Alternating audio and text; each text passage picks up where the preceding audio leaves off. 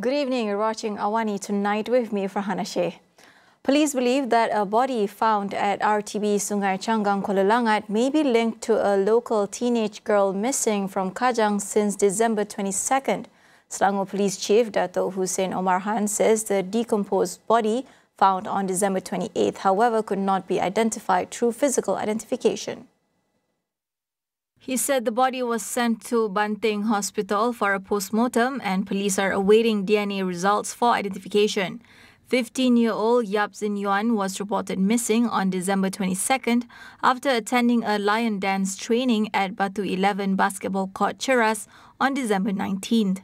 3 suspects aged 16, 20 and 51, including her boyfriend, are in remand until January 5th. The case has been reclassified as murder under Section 302 of the Penal Code, with the motive still under investigation.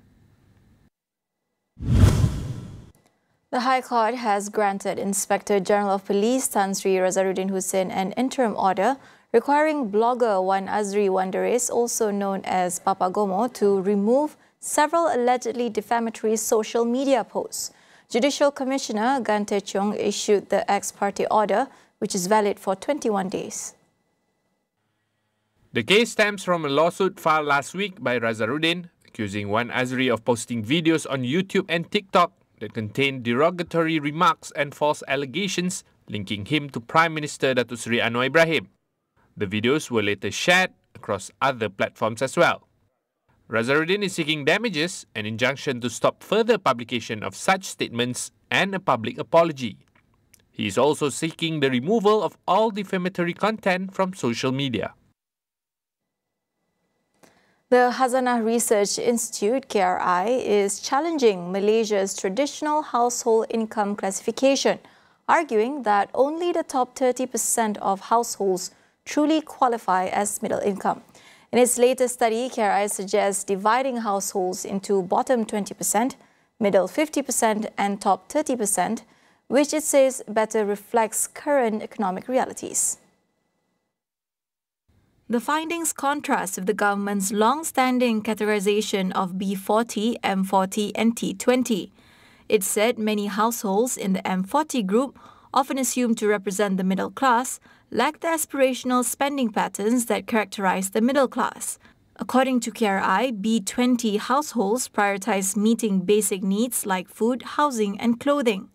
The M50 group, while slightly better off, remains economically unstable, often navigating trade-offs between essentials and aspirational goods. For instance, some in this group can afford dining out, tuition for children, or additional furniture, but they are not considered middle class and remain vulnerable to financial shocks. The T30 group, on the other hand, demonstrates aspirational consumption patterns, characteristics of the middle class, but is not necessarily wealthy by global standards. KRI urged policymakers to move beyond outdated classifications and adopt an integrated expenditure to better target interventions. In other news, the Sessions Court has allowed the temporary release of Fashion Valley founders Datin Vivi Yusof and her husband Dato' Fazaruddin Shah Anwar's passports to enable them to perform the Umrah. Their lawyer, Ashok Atimulan, says the couple would depart for Saudi Arabia on January 5th and return to Malaysia on January 14th. They must return the passports to the court by January 15th. The couple previously pleaded not guilty to a joint charge of criminal breach of trust involving 8 million ringgit linked to Khazanah Nasional Berhad and Pemodalan Nasional Berhad.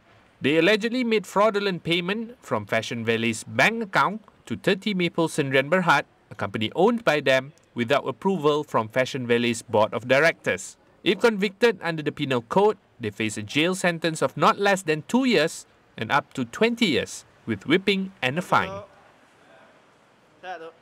The Football Association of Malaysia has announced former Canadian national player Robert Douglas Friend as the CEO of the national team. In a statement, Friend is now the main leader in the new organisational structure for the Harimau Malaya squad revolution. He will officially begin his duties at Wisma FAM in Kelana Jaya next month. At the same time, FAM explained that FRAN will also ensure that the new organizational structure will be equipped with quality and experienced workforce in various aspects needed to provide a strong national team.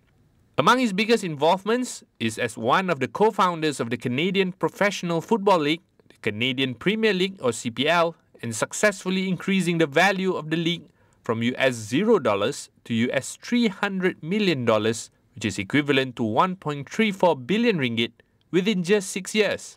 In addition, he has led the top management and administration of 2 clubs that play in the CPL, namely as CEO and co-founder of Pacific FC from 2019 to 2022, and as president and co-founder of Vancouver FC from 2022 to the present. After initially not allocating the New Year's Day as a public holiday, the Perlis government has now declared tomorrow as a public holiday to mark the coming New Year. In a Facebook post, the State Menteri Besar Muhammad Shukri Ramli confirms that the Raja of Perlis, Tuanku Syed Sirajuddin Jamalulail, had consented to the declaration. The public holiday, he said, is a gesture of gratitude to the civil servants and residents of Perlis for their contributions to the success of the 2025 New Year celebration carnival held on Tuesday. This leaves Kelantan, Terengganu, Kedah and Johor that will not observe tomorrow as a public holiday, with government offices and departments continuing their regular operations. We'll go for a quick break. Don't go anywhere.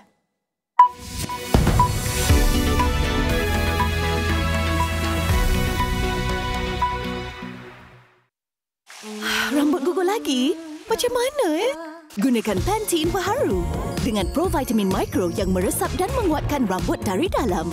Rambut 10 kali lebih kuat terhadap rambut gugur. Pantene baharu. Di mana jua dengan keluarga lagi bahagia. Momen dikongsi jadi lebih bermakna. Walau jauh di mata, tetap dekat di hati. Keluarga harmoni bila semuanya dikongsi. Bila keluarga di sisi, detik jadi istimewa. Kongsikan segalanya dengan family. Kongsi 1000 GB data 5G dan perantauan global percuma. 4 talian untuk family. Kerap menggaru kulit kepala disebabkan kelumur, masalahnya lebih mendalam. Gunalah Head & Shoulders menembusi 5 lapisan untuk membasmi kelumur dan kegatalan. Bebas kelumur sehingga 100%. Head & Shoulders diuji secara dermatologi.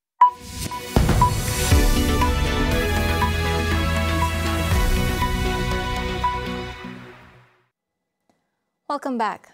Questions are mounting over the tragic crash of a Jeju Air Boeing jetliner that claimed 179 lives on Sunday. Investigators are analysing the aircraft's 2 black boxes, the cockpit voice recorder and the flight data recorder. However, the flight data recorder is missing key pieces, complicating efforts to extract key information like altitude and airspeed.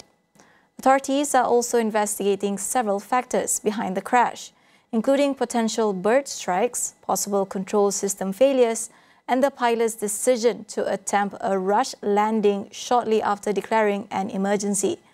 The design of Muan International Airport is also under scrutiny, particularly the concrete wall at the end of the runway that supports navigation equipment.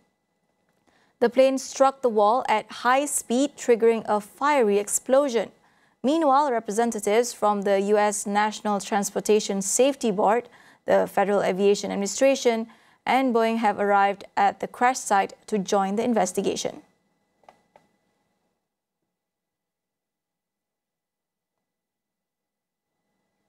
South Korean authorities have also begun releasing the bodies of Jeju Air Flight 2216 crash victims to their families, even as efforts to identify all the deceased continue. The tragic crash claimed the lives of 179 people. Only 2 flight attendants survived, pulled from the wreckage. The plane carrying 181 passengers from Thailand to South Korea issued a mayday call before belly landing, crashing into a barrier and erupting into flames. At Muan Airport, investigators are combing through the wreckage while mourners leave ritual offerings, food, letters and flowers near the airport's perimeter. Inside the airport, frustration and anger are mounting among relatives of the victims over delays in identifying their loved ones. A local broadcaster reported a heartbreaking story of one family who lost 9 members, including the oldest passenger on the flight, celebrating his first overseas trip for his birthday. The family was wiped out, leaving only one of the daughter's husbands, who didn't join the trip, to grieve the loss of his wife and 3 children. Memorial altars for the victims have been set up nationwide, including in Seoul, as South Korea observes 7 days of mourning. Flags are flying at half-mast in tribute to those lost in tragedy. In other news, a South Korean court has approved the detention of impeached President Yoon Suk-yeol in a criminal investigation into his martial law decree, the first time a sitting president has faced arrest in the country. Yoon is under investigation for leading an insurrection, one of the few charges a South Korean president does not have immunity from. Yoon has ignored 3 summonses for questioning over the past 2 weeks. Investigators have until January 6 to execute the arrest warrant. Though it's uncertain whether they will succeed due to potential resistance from Yoon's security team and protesters, the Presidential Security Service previously blocked investigators from entering the presidential office and his private residence to conduct court-approved searches. On Monday, Yoon's legal team said that investigators had no authority to arrest him, as declaring martial law was within the president's constitutional authority. Separately, Yoon's impeachment trial is being heard at the Constitutional Court. Venezuela's Supreme Court has issued a $10 million fine against TikTok over viral video challenges allegedly linked to the deaths of 3 children. Judge Tania D'Amelio says the popular video sharing app failed to implement necessary and adequate measures to prevent harmful content on its platform. TikTok was ordered to set up an office in Venezuela and given 8 days to pay the fine or face appropriate measures. The government plans to use the funds to create a TikTok Victims Fund, compensating users, especially children and teens, for psychological, emotional, and physical harm. Authorities reported 3 adolescents' deaths and 200 cases of chemical intoxication in schools due to social media challenges. In November, President Nicolas Maduro warned of severe measures if TikTok failed to remove content promoting criminal challenges. Venezuela has previously blocked numerous websites for not adhering to telecommunications regulations. In August, the country banned the social media platform X amid protests against Maduro's re-election. As 2024 comes to an end, several major policy changes are on the horizon. Here's a look at the top 5 things to watch for in the year ahead. Starting January 2025, the excise duty on sugar-sweetened beverages will increase by 40 cents per litre. This measure aims to reduce sugar consumption and promote healthier lifestyles. After that, in March, Malaysia's National Climate Change Bill is expected to be tabled. The bill aims to implement carbon pricing and promote renewable energy to reduce emissions, while fostering regional collaboration and mobilizing substantial investments for sustainable development. By mid-2025, subsidies for RON 95 petrol and diesel will be retargeted to the lower income groups. Other than that, the government will announce the T15 income classification, which will identify those to be excluded from targeted subsidies.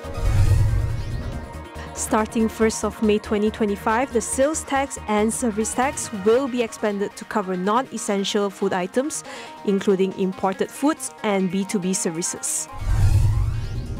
Lastly, the minimum wage has been increased from 1,500 ringgit to 1,700 ringgit with a 6-month grace period for small businesses to comply in 2025.